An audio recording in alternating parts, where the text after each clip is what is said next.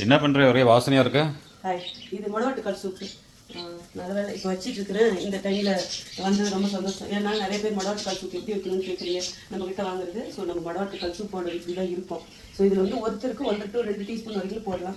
So நான் வந்து எங்கள் வீட்டில் இப்போ 3 பேருக்கு வைக்கிறேன். ஸோ அதுக்கு தகுந்த மாதிரி தண்ணி ஊற்றி மொடவாட்டுக்கால் சூப் பவுடர் போட்டு பச்சை தண்ணியில் நல்லா மிக்ஸ் பண்ணிவிட்டு இப்படி கொதிக்க விட்றேன். பட் இன்றைக்கி வந்து ஸ்பெஷலாக இதுலேயே கொஞ்சம் காய் வெஜிடபிள் சூப்பர் இதில் வந்து கொஞ்சம் லெட்யூஸ் இருந்தது.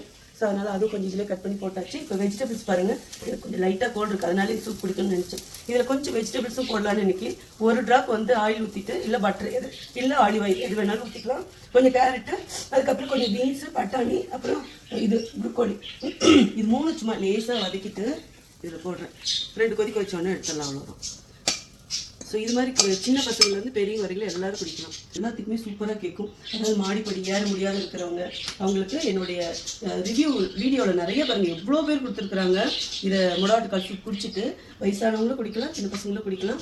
எங்கள் வீட்டில் நாங்கள் அப்படி தான் குடிக்கிறோம். ஒரு நாளைக்கு ரொம்ப அதாவது கால்வலி அதிகமாக இருந்தால் ஒரு நாளைக்கு 2 வேளை கூட இது குடிக்கலாம். ஸோ வேணுங்கிறவங்க போய் வெப்சைட் இல்லை வாட்ஸ்அப் எது வேணாலும் இந்த மொடவாட்டுக்கால் சூப் பார்த்துக்கலாம். அடுத்த வீடியோவில் பார்க்குறேன். See you, bye bye. Love you all. Happy